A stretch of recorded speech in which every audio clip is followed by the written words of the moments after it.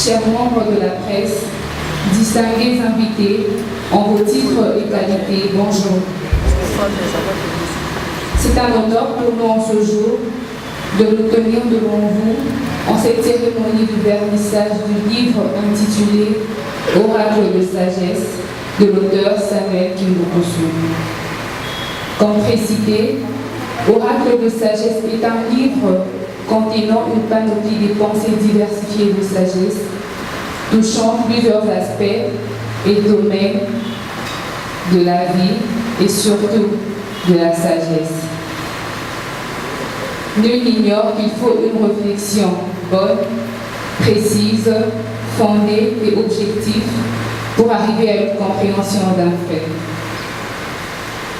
Et le sentiment noble qui a souvent animé une personne ayant un esprit renouvelé, après être parvenu à la connaissance et à la compréhension d'un fait, c'est celui qui met au point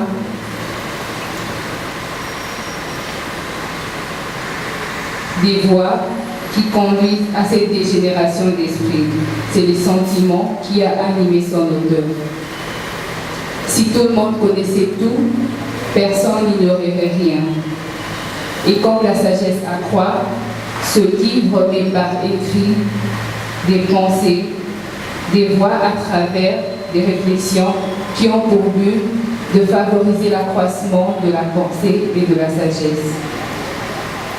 C'est en ce sens que nous avions initié en ce jour un programme dénommé Wisdom Meeting, qui veut dire rencontre des sagesses. Programme qui rassemble plusieurs sages dans le but de partager la sagesse par la parole. C'est ce que nous découvrons dans les temps qui suivent. Cette rencontre est un signe d'une révolution littéraire depuis peu a marqué notre pays. Ceci se traduisant par l'intérêt visible que vous faites montre en étant présent ici. Cette rencontre est un appel au réveil d'une génération littéraire au niveau national ainsi qu'international. Des paroles pleines de sagesse ne cessent de se multiplier dans notre discours, mais nous aimerions bien en finir en vous proposant ces 10 traits de sagesse. Premièrement, nier l'existence de Dieu, c'est aussi nier sa propre existence, car nul ne se produit harmonieusement dans la vie par un hasard. En deuxième lieu, même si la vie était à refaire, nul ne parviendrait à faire correctement ce qu'il désire, car l'homme sera toujours limité en termes de temps et d'espace. Troisièmement, l'orgueil est simplement l'ignorance des importants de la vie, car celui qui discerne la vie comprendra la valeur de l'humanité. Quatrièmement, personne ne peut prétendre au-dessus des autres, car un seul parfait en connaissance et tout mortel est limité. Cinquièmement, le temps, l'instrument de la vie, il entrera en chacun et lui ôtera ce qu'il a été et ce qu'il peut sans demander la vie de qui que ce soit. Et en sixième lieu, parfois les batailles de la vie sont perdues, non pas par manque de quelque chose, mais parfois pour enseigner que nul ne peut être victorieux en tout. En septième lieu, le seul moyen de corriger le passé, c'est de donner un autre sens à son présent.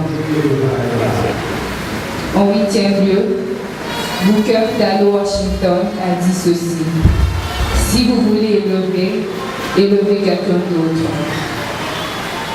Neuvièmement, Peter Biner a dit: le plus grand problème dans le monde pouvait être résolu quand il est encore petit.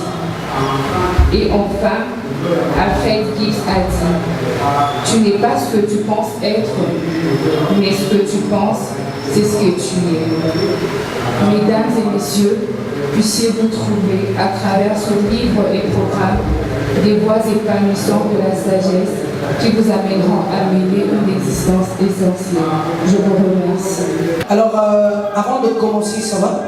Avant déjà de commencer, je voudrais d'abord vous remercier parce que votre présence en ce lieu fait montre Je montre à travers ce livre, que ce livre révolutionne les gens, que ce livre, en ce moment ici, qu'un homme se pose la question, est-ce que suis-je en train de répondre pour le but pour lequel j'ai été créé sur terre?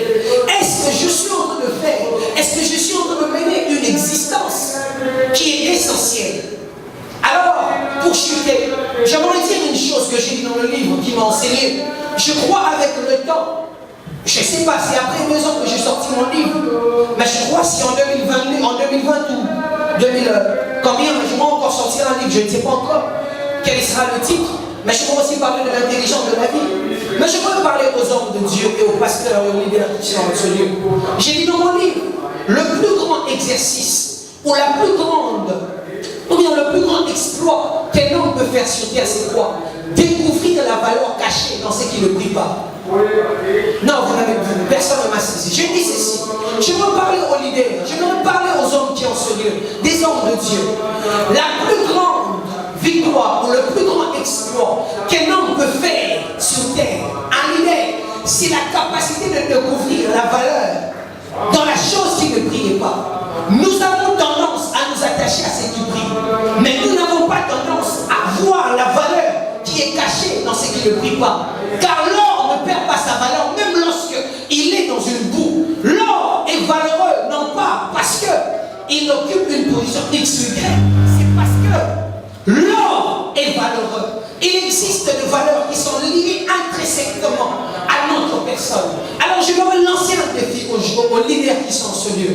Et la capacité de voir là où les yeux physiques ne peuvent pas voir. Et la capacité de parler là où les bouches ne peuvent pas parler. Et la capacité de percer là où personne ne peut percer. Car j'ai compris avec le temps, homme de Dieu, que la plus grande mission qu'on a n'est pas seulement de réaliser nos visions, mais c'est aussi porter ceux qui ont de vision afin qu'ils atteignent leur destinée. Et j'en ai parlé à tout le monde dans ce lieu. Nous devons porter des gens, nous devons porter des hommes dans ce lieu, des hommes qui peuvent donner naissance aux nations, des hommes qui peuvent donner naissance aux héros. Je vais te dire en ce lieu, même lorsque tu passes par une l'épreuve est une école de la grandeur. L'épreuve est une école de la grandeur. Jacob est celui, Dieu a dit à Abraham, de toi, je ferai de toi un père de nations. Mais la prophétie d'Abraham s'est accomplie, je peux bien dire, plusieurs fois. En Jacob qui a donné les 12 fils d'Israël. Mais Jacob, bien aimé dans le Seigneur, lorsque vous lisez la Bible, on parle de la richesse d'Abraham, on parle de la richesse d'Isaac, mais on ne parle pas de la richesse de Jacob. On ne parle pas, on ne dit pas. La Bible dit Abraham était fort riche. La Bible dit qu'Isaac était fort riche. Mais la Bible ne donne pas un accent sur la richesse de Jacob. Mais c'est Jacob qui a donné naissance à Joseph. C'est Joseph qui est la première personne qui atteint le roi. La prophétie est venue où? Christ est de Judas. Judas, c'est Jacob. Oh, bien aimé dans le Seigneur. Quel que soit le chemin par lequel tu peux passer, comprends que l'épreuve est un chemin vers la grandeur. Tu arriveras. Le monde vous attend. Je dis le monde nous attend. Que ceci soit une révolution littéraire. Je n'ai même pas le temps, non pas seulement une révolution littéraire, mais aussi une révolution spirituelle. Je n'ai pas le temps de parler de toutes les 400 pensées qui sont ici. Mais j'aimerais vous dire une chose. Menons des existences essentielles. Et si on me demandait de conclure mon livre en une seule pensée, que dirais-je? C'est ma première pensée. La première pensée de mon livre, je vais la lire. Si on me demandait de conclure mon livre en une pensée, je prendrais la première pensée. Écoutez ceci. Il y a 2 choses que l'homme ne regrettera jamais. 1. Avoir vécu pour Dieu. 2. Avoir été une source de bénédiction pour les autres. Que Dieu vous bénisse.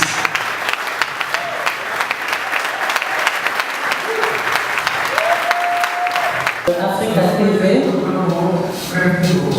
j'ai une préoccupation à poser à mon frère Samuel. Le premier livre, c'était la sagesse à révéler.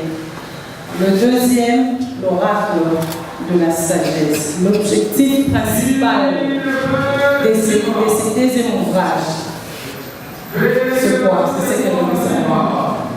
Samuel, je voudrais savoir qu'est-ce que tu as mis à la disposition du public à travers ce livre. Merci. J'ai reçu la question, ce que c'était le premier livre Sagesse révélée, je ferai quand le temps d'être prêt, et aussi le deuxième livre, Oracle de la sagesse. Quel est le but que je suis en train de poursuivre? Alors je vais répondre en un mot. Mon but a été de combler le vide que je trouve dans la terre, dans la société. Je ne sais pas si on me comprend. Mon but c'est de faire quoi? De combler le vide que je vois dans la société humaine. C'est ça mon but. Ce que chacun de mon livre vient répondre à un besoin. Le premier livre, c'était Sagesse révélée, une vie pour de grandeur. C'était un appel à la grandeur à tout le monde, redéfinir le concept de la grandeur. Et aussi, le deuxième livre, Oracle de la sagesse, j'ai pris des pensées qui peuvent toucher les hommes multiples afin de combler le vide que j'ai découvert dans la société. Le plus grand vide que j'ai découvert dans la société, j'ai vu des hommes dire qu'ils étaient sages, j'ai vu des hommes dire qu'ils étaient intelligents, j'ai vu des hommes dire qu'ils étaient forts, mais oublions Dieu. Et le deuxième vide que j'ai vu dans la société, j'ai vu des gens continuer à marcher sans savoir où ils sont en train d'aller. Ce qui montre que je veux faire deux choses principalement. La première, c'était de faire quoi? De ramener la place de Dieu dans la vie de l'homme. Et la deuxième chose, c'était quoi? C'est amener un bon nombre de gens à vivre une vie qui est basée sur l'essentiel. Parce que je crois que ces deux choses sont le canal par lequel Dieu passe pour bouleverser tout le monde. Et la deuxième question, c'était le but. C'est que vous avez mis à la disposition du public. C'est que j'ai mis, j'ai mis à la disposition du public des sagesses. Et ces sagesses, certainement, je crois, avec humilité de cœur, certainement, ces sagesses peuvent changer la vie d'un homme. Changer la vie d'un homme. Quelqu'un peut me donner un chiffre, un nombre, entre 1 et 350, qui peut? 202. Je veux voir 202. Permettez-moi 202. Ok. Si la volonté de Dieu vous amène dans une voie que vous ne désirez pas, c'est pour faire de vous une personne que ni vous, ni le monde ne pouviez envisager. Ok? Je suis juste donné là. Ce sont des pensées qui peuvent bouleverser, des pensées qui peuvent changer la vie d'un homme, combler plusieurs aspects de la société. C'est pour cela que j'ai mis ces pensées en disposition du public. Merci beaucoup.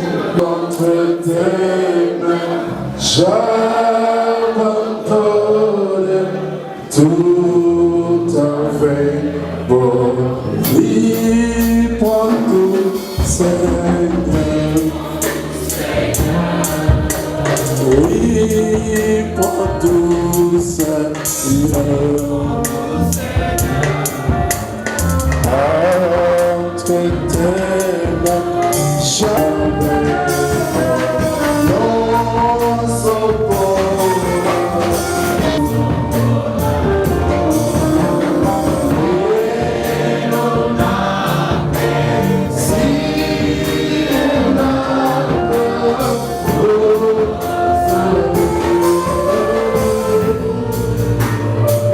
Bonjour professeur. Bonjour. Professeur, vous venez là d'intervenir à une publication d'un ouvrage d'un jeune. Et puis vous étiez compté parmi les principaux lecteurs de cet ouvrage. Selon vous, en quoi est-ce que cet ouvrage va aider la population congolaise? Cet ouvrage va aider la population congolaise en ce qui concerne surtout l'éveil de la conscience. Parce que ici, l'objectif du livre, l'intitulé même du livre, c'est l'oracle de la sagesse. Et comme vous savez très bien, la parole déclare que le commencement de la sagesse consiste à connaître Dieu. Alors, le livre a comme objet stimuler au fait la population congolaise à mettre Dieu au centre de leur action. Et le message ici de ces livres, c'est un message christocentrique, c'est-à-dire centré sur le Seigneur Jésus-Christ. Nous voulons que l'homme soit au centre de son développement. Mais quel type d'homme qui sera au centre de son développement? C'est-à-dire un homme qui est bien formé, un homme qui est capable d'élargir ses capacités. Bonjour. Bonjour. Samuel, auteur du livre Oracle des sagesse. D'où vous est venue cette inspiration? Ah, ok, en fait, j'ai l'inspiration, ma plus grande source d'inspiration, c'est d'abord la Bible et aussi la vie dans la société. C'est-à-dire, je vois comment les gens vivent dans la société, comment les gens nous ont marqués, ils ont marqué leur époque. Alors, à part la Bible, la vie des autres m'inspire pour mieux écrire. Le livre contient combien de pages? Le livre contient 130 pages. Et quel est l'objectif principal de ce livre, de cette sagesse si grandiose? Oui, c'était un peu révolutionner le monde à travers des écrits, parce que je suis un écrivain, c'est mon deuxième livre. Le premier livre, c'était Oracle de la sagesse et sagesse révélée. Alors là, c'était maître de pensée qui peuvent bouleverser le monde. Vous voyez, on a de pensées aujourd'hui comme connais-toi toi-même. Ça passe de siècles, ça passe de générations, mais aujourd'hui, ça marque le monde. Donc, c'était un peu dans ce sens-là que je voulais bien bouleverser aussi le monde, apporter un peu plus dans beaucoup de domaines à travers mes écrits. Personnellement, comme je venais de vous poser la question en pleine conférence, je trouve que ce livre est une œuvre riche. Je reprends encore la même question. Comment pensez-vous commercialiser ces livres? Oui, d'abord, je vais commencer avec à Jérusalem, c'est-à-dire dans les églises. Je suis des assemblées de Dieu, extension de la Trinité. Donc, le livre pourra être disponible à l'église de la Trinité, au centre évangélique. Je viens bientôt aussi à la maison de la Bible sur Victoire, et aussi le livre sera aussi en ligne sur Amazon, je crois. Si pas à la fin de ce mois, le mois prochain, je veux lancer de publicité. Les gens aussi peuvent me contacter par mon numéro. Merci.